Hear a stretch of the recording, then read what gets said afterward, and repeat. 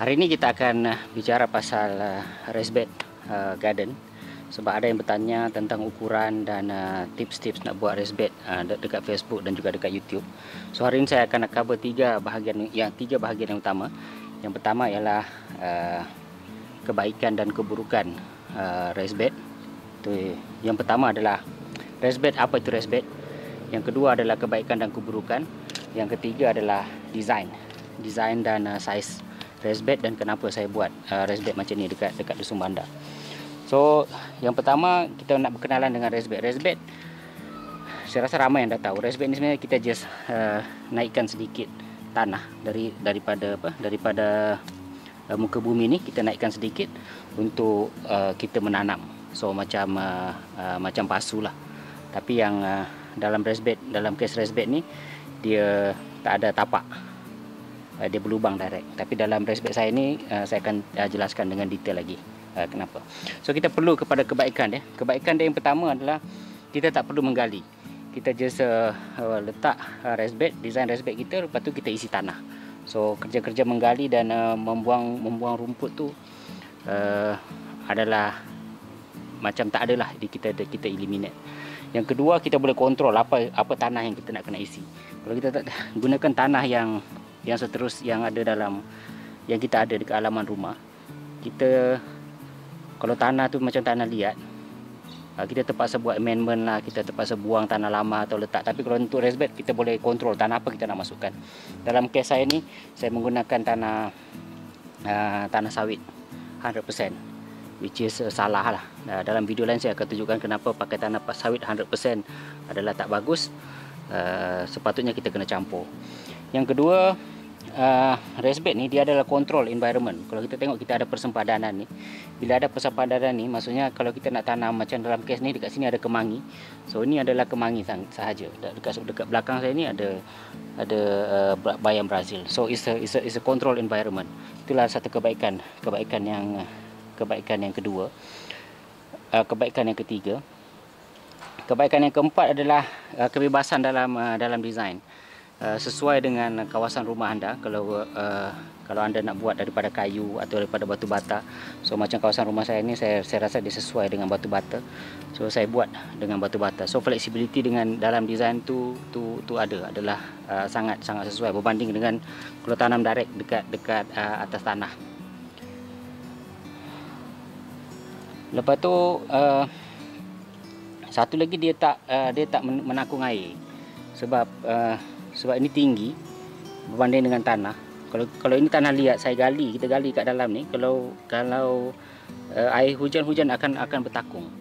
Jadi kalau ada raised bed ni, tak kira lah tanah ni tanah liat ke apa ke, kalau kita siram nanti air akan mengalir. Sebab by percentage, pekebun urban ni ataupun orang yang berhobi bercucuk tanam ni, pokok mati dalam pasu selalunya bukan sebab kurang air, tapi terlebih air.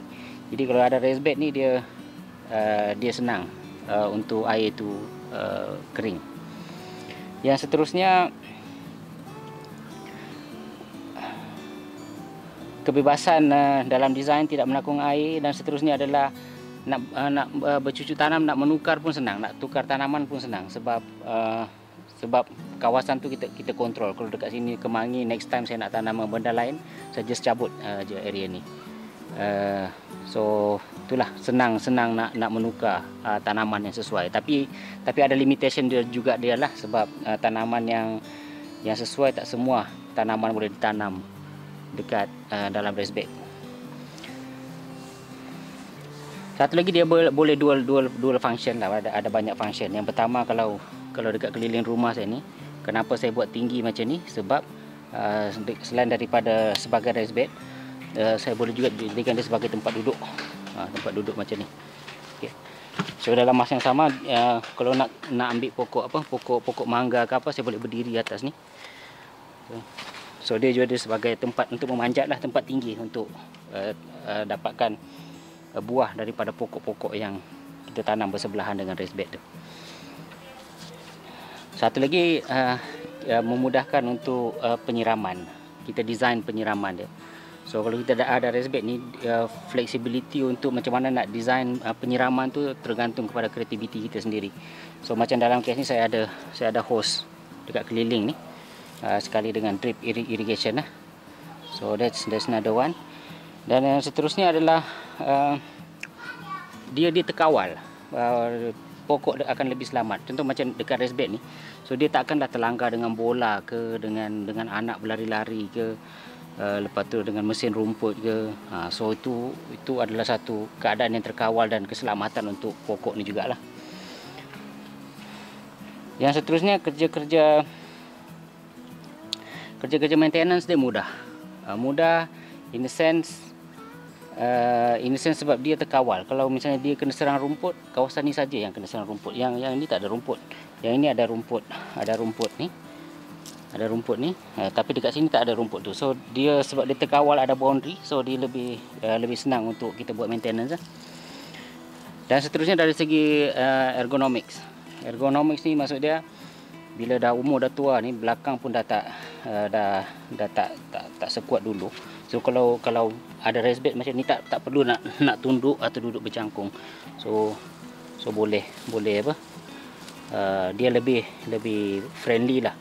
Satu lagi, kalau misalnya kita berkerusi roda atau ada yang berkerusi roda, anda boleh buat design raised bed ni tinggi sedikit sesuai dengan ketinggian kerusi roda tu.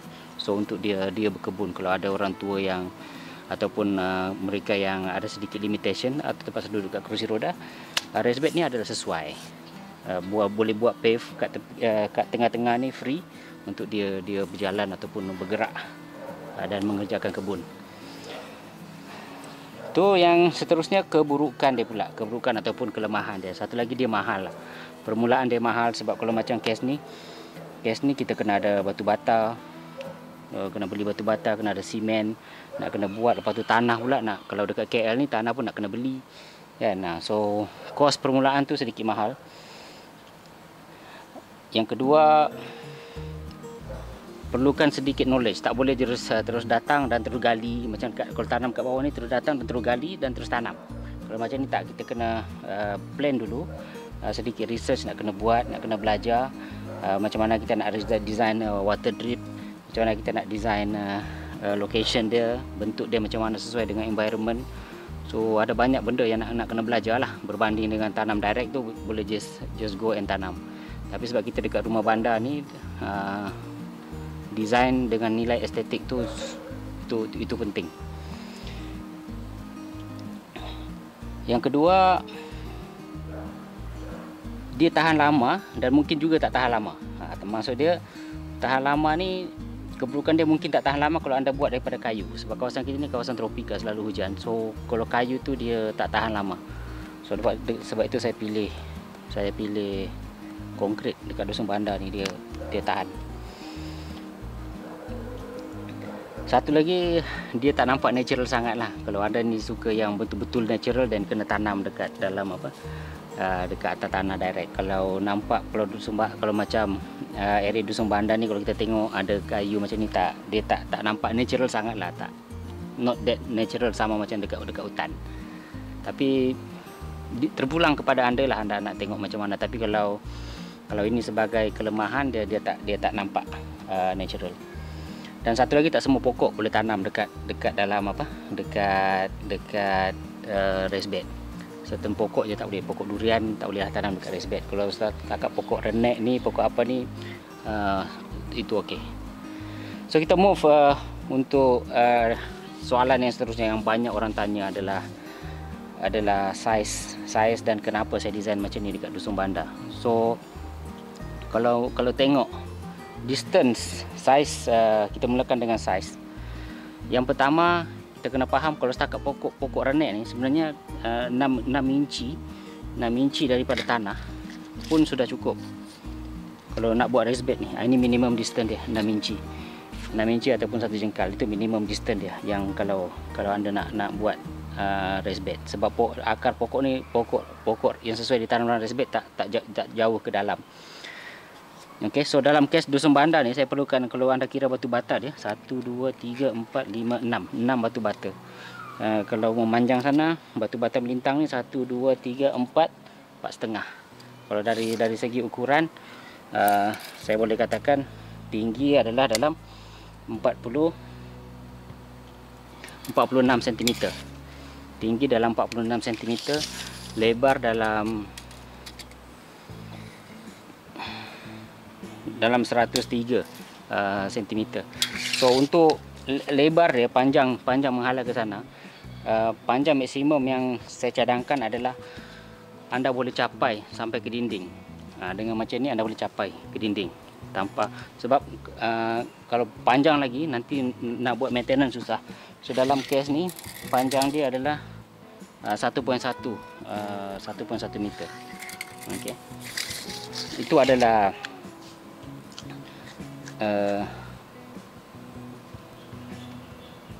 adalah saiz tinggi dan lebar. Satu lagi, lepas tu design, sebab kita nak nampak dia cantik. So kalau tengok dekat atas ni, saya letak simen dalam 1 cm lah, 1 cm atau 2 cm simen, just untuk dia nampak lebih kemas, berbanding dengan kalau kita just letak batu bata, nanti kita akan nampak ada gap. Kalau kita letak simen ke atas ni, dia nampak lagi okey. Dekat dalam tak perlu flush bersih sangat, rata sangat. Saya cuma letak simen dekat atas ni dalam 2 batu bata ni je, dekat tepi ni yang ada simen surface dia, supaya nampak lebih kemas.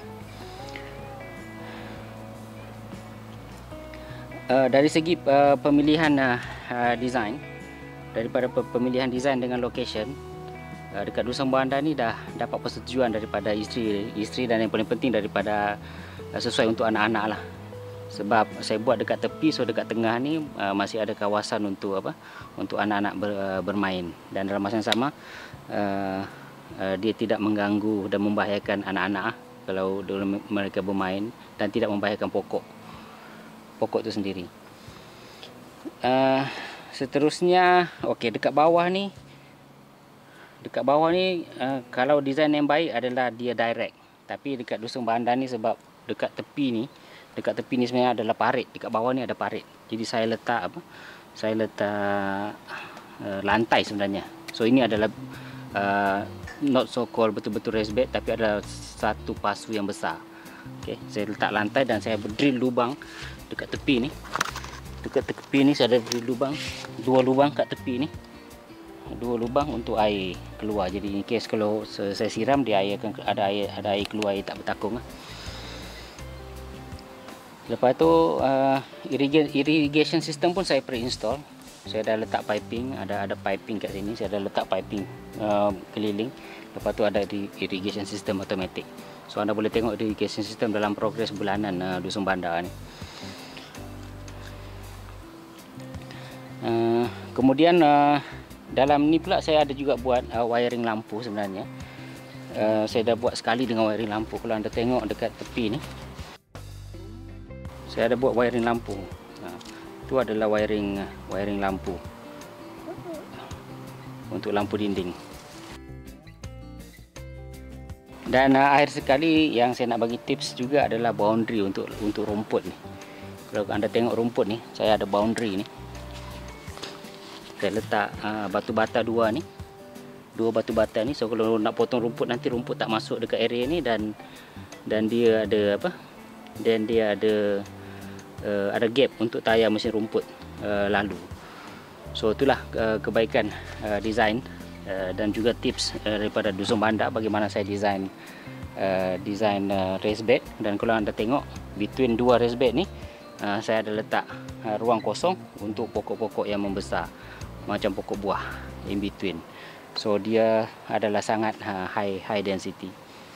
So saya rasa itu je yang boleh saya kongsi. Kalau anda tahu apa kelebihan dan keburukan, boleh share dekat komen, ataupun mungkin anda ada idea macam mana saya nak improve raised bed ni, boleh share dekat komen nanti. So the next adalah saya akan tunjukkan bagaimana saya bersihkan raised bed saya yang satu tu. Kalau anda tengok ni, ini dah 2 bulan tak buat maintenance. So saya akan bersihkan dalam next video. So itu saja, semoga dapat membantu Dan ini adalah desain raised bed dekat Dusun Banda. Anda boleh copy, anda boleh improve daripada desain ni. Semoga dapat membantu. Jumpa lagi dalam next video yang seterusnya.